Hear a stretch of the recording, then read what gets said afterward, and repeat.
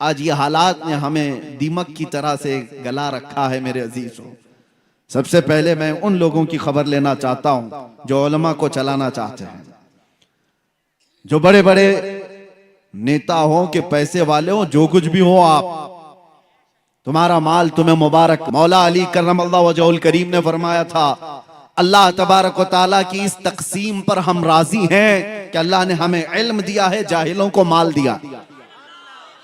हम इस तकसीम पर राजी हैं। अल्लाह तबारक व तआला का फजल करम व एहसान अजीम है।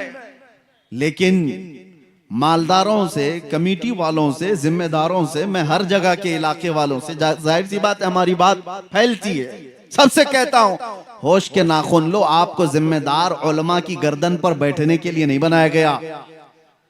उलमा की गर्दन पर बैठकर उनकी जुबानों पर अपने अल्फाज डालने के लिए नहीं बनाया गया है कि मौलाना ऐसा बोलो, मौलाना वैसा बोलो, मौलाना ऐसा बोलो, मौलाना वैसा बोलो, और उनके बारे में कुछ ना बोलो। और जो मौलाना ऐसा करता है, इमाम गजाली फरमाते हैं, वो उस मक्खी से ज्यादा गलीज है जो पखाने पे बैठती है। वजह यह है कि ये इल्म बेच रहा है और अपना दीन बेच रहा है माल की वजह से, मालदारों के रौब से। दोनों अजाब में गिरफ्तार होंगे। माल वाले जितने भी मनसब वाले हैं, आप खलीफा हारून रशीद से ज्यादा बढ़ करके तो नहीं होंगे। हारून रशीद उस खलीफा का नाम है जिसने एक जमाना ऐसी खिलाफत की है कि बड़ी बड़ी हुकूमतें उससे थरथराती थी। माल दौलत के खजाने बेहिसाब थे।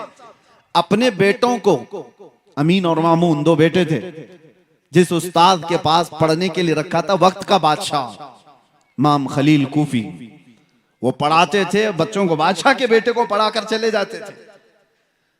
एक दिन बादशाह ने देखा दूर से, वो वजू कर रहे थे और बादशाह का बेटा पानी लेकर के उस्ताद को वजू के लिए मदद कर रहा था। जाहिर से बात है, एक बादशाह का बेटा एक मौलवी को वजू करा रहा है, बहुत बड़े बादशाह का बेटा। थोड़ी देर के बाद अपने बेटे को बुलाया। जब उस्ताद चले गए, एक थप्पड़ मारा अपने बेटे को। कहा क्या कर रहा था? हो सकता है आज के मालदार लोग इसलिए थप्पड़ मारे कि वो मौलवी हमारे औकात के बराबर नहीं है, तू उसकी क्या खिदमत कर रहा है। लेकिन बादशाह ने थप्पड़ क्यों मारा था? बेटे से पूछा क्या कर रहा था? कहा उस्ताद की खिदमत कर रहा था, वजू का पानी दे रहा था। और थप्पड़ लगाया और कहा खिदमत का यह तरीका नहीं होता।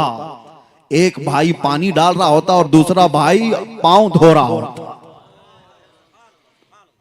यह खिदमत का तरीका होता। तुम दूर से पानी कैसे दे रहे हो?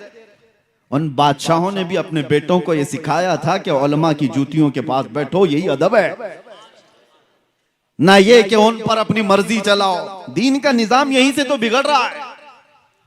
मिंबरों पर जो आवाजें उठती थी, हक की आवाजें, उन्हें कौन दबा रहा है? आज हम आजाद मुल्क में जी रहे हैं और अल्हम्दुलिल्लाह मुझे फख्र है जितनी आजादी के साथ हम बोलते हैं।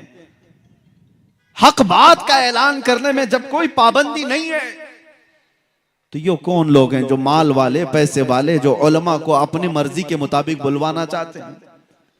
हाँ, हालात से आप बाखबर कर सकते हैं उलमा को। हालात इस तरह के चल रहे हैं और एक नब्बाज आलिम वो खुद समझ जाए कि उसे क्या बोलना है। कल्लिमुन्नास अला क़द्रि उक़ूली, लोगों की अक्ल और जमाने के हालात के एतबार से वो गुफ्तगू करे। लेकिन यहाँ हालात बहुत अलग चले हैं। ये जो कौम रात भर जलसे करती है, यहाँ के तो चले, हम साउथ में हैं, अभी अच्छे खासे जलसे हो करके चले जाते हैं। शुमाल हिंद में हमने देखा है रात 5 बजे तक जलसा चलाने वाले, कई शायरों को, कई बड़े बड़े मुखर्रिरीन को लाने वाले, और पता नहीं कितने कितने पैसे खर्चा करने वाले। वो अपने मस्जिद के, मोहल्ले के मुअज्जिन को और इमाम को 5,000 देने को भी तैयार नहीं। उन उलमा को उसी तरह से रखा गया है और फिर कहते हैं कि कौम के अंदर बदहाली है, कौम के अंदर ज़बू हाली का शिकार हो चुकी है, ये कौम अखलाक में गिरी हुई है। जहां से हक बात का ऐलान होता था, उन आवाजों को दबा दिया गया है। उन आवाजों को खत्म करने की कोशिशें की जा रही है। ये गैरों की तरफ से नहीं, अपनों की तरफ से। इस्लाह करो, और एक बात मैं आपको बता दूं, बुजुर्गों ने फरमाया है कि माल की चर्बी जब किसी को चढ़ती है तो सबसे पहले वो दीन का मजाक उड़ाने लग जाता है, और वही फिरौन के साथ क़यामत के दिन उठाया भी जाएगा। माल आने के बाद बहुत बड़ा इम्तिहान है, हकीर मत समझो उलमा को या दीन की बात करने वालों को। न पूछ इन खिरका पोशों को, इरादत हो तो देख इनको, यदे बैजा लिए बैठे हैं अपनी आस्तीनों में। या उलमा ही थे जिन्होंने इनकलाब पैदा किए हैं, इंसान बनाए, लोगों के मिजाज को संवारा है। बिगड़ते हुए हालात में कौन लोग थे? इश्क रसूल की बातें करने वाले, कुरान के पैगामात को फैलाने वाले, ये मुख्तसर सी जमात थी। इस हिंदुस्तान की आजादी में आपको पता है 1857 के गदर में 30,000 उलमाए कराम को दिल्ली से लेकर कश्मीर तक हर झाड़ी पर लटका दिया गया था। फांसी पर लटकने वाले, अंडमान निकोबार काला पानी की सजा काटने वाले, ये उलमाए ज़वील एहतराम थे और वो हक बोलने वाले थे। जानते हो अंग्रेजों का दबदबा था, और ऐसा दबदबा था कि कोई कुछ बात नहीं कर सकता था। कोई डेमोक्रेसी नहीं थी, उनका गलबा था, गलगला था। ऐसे माहौल में दिल्ली की जामा मस्जिद से अल्लामा फजल हक खैराबादी ने फतवा सादिर किया था, जबकि उन्हें पता था अंजाम क्या होगा। और उसी अंग्रेजों के खिलाफ फतवा सादिर करने की बुनियाद पर एक तहरीक छिड़ी पूरे हिंदुस्तान में। यह 1857 की बात कर रहा हूं, 1947 की नहीं। 90 साल की मेहनत के बाद इस मुल्क को आजादी मिली। 1857 में यह छिड़ी थी उलमा के जरिए से। उलमा ज़वील एहतराम ने जब अंग्रेजों के खिलाफ यह फतवा दिया था और कौम के अंदर बेदारी लाई थी, उसकी सजा उनको क्या दी गई है पता है? अल्लामा फजल हक खैराबादी आम आलिम की बात नहीं है, आला हजरत भी जिनका अदब किया करते थे, वो फजल हक खैराबादी काला पानी की सजा काटते काटते जेल में इंतकाल कर गए।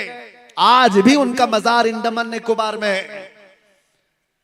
किस चीज की उनको सजा दी गई थी? हक बोलने की। और उनको सजा दे दी गई तो क्या दूसरा डर करके खामोश हो गया? उसी जमाने में किफायत अली काफी, किफायत अली काफी को मुरादाबाद में 3,000 अंग्रेजों ने गिरफ्तार किया था। 8 दिन तक उनके जिस्म पर इस्त्री चलाते थे, गरम इस्त्री, और जब चमड़ी जलती थी तो उस पर नमक छिड़कते थे। 8 दिन तक उस आलिम बाअमल ने मुसीबतें बर्दाश्त की। 8 दिन के बाद अंग्रेजों ने फिर से कहा, बाज आ जाओ अपनी बातों से, जो कौम को तुम उठाते हो इससे बाज आ जाओ, हम मनसब दे देंगे, अपनी हुकूमत में कोई ओहदा दे देंगे। किफायत अली काफी ने कहा था, मेरा दीन इतना सस्ता नहीं है कि तुम्हारे टुकड़ों पर मैं बेच दूं। इस पादाश में किफायत अली काफी को मुरादाबाद के चौराहे पर खड़ा करके फांसी पर लटका दिया गया था। फांसी पर लटकाना ये सुनने में आसान लग रहा होगा, मजमा जमा था एक ऐसे आलिम दीन को जिसके हजारों लोग सुनने वाले थे। अंग्रेजों ने गिरफ्तार करके फांसी पर सूली पर चढ़ाना चाहा। रिवायात पढ़ करके देखो मेरे अजीजों, रोंगटे खड़े हो जाते हैं। मैंने पढ़ा है, अरे फांसी पर जाने वाले की हालत क्या होनी चाहिए? जिस्म के अंदर थरथराहट हो, चेहरा पीला पड़ गया उन्हें। किफायत अली काफी को देखते हुए लोगों ने कहा, न माथे पे शिकन है और न जिस्म पर कोई हरकत है।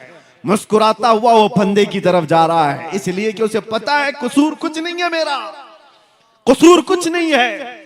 वो फंदे की तरफ जा रहा है। फांसी तो बहुत सारे लोगों को दी जाती है, आज भी दी जाती है दुनिया में। उनसे भी आखिरी ख्वाहिशें पूछी जाती हैं, और फांसी पर चढ़ने वाला आखिरी ख्वाहिश कुछ भी बताता है कि मुझे कुछ बिरयानी खाना है, चाय पीना है, बीवी बच्चों से मिलना है, आखिरी बार माँ को देखना है, औलाद को नसीहत करना है, आखिरी ख्वाहिशें होती हैं। उस आलिम बरहक किफायत अली काफी से अंग्रेजों ने पूछा था, हम अपने उसूल के मुताबिक पूछते हैं कोई आखिरी ख्वाहिश? उस मर्द कलंदर ने कहा था, एक ही ख्वाहिश है कि लटकने से पहले एक बार नाते मुस्तफा पढ़ दो। फिर कहा था, कोई गुल बाकी रहेगा ना चमन रह जाएगा, पर रसूलुल्लाह का दीने हसन रह जाएगा। सब फना हो जाएंगे काफी वो, लेकिन हश्र तक नाम हजरत का जुबानों पर चलन रह जाएगा।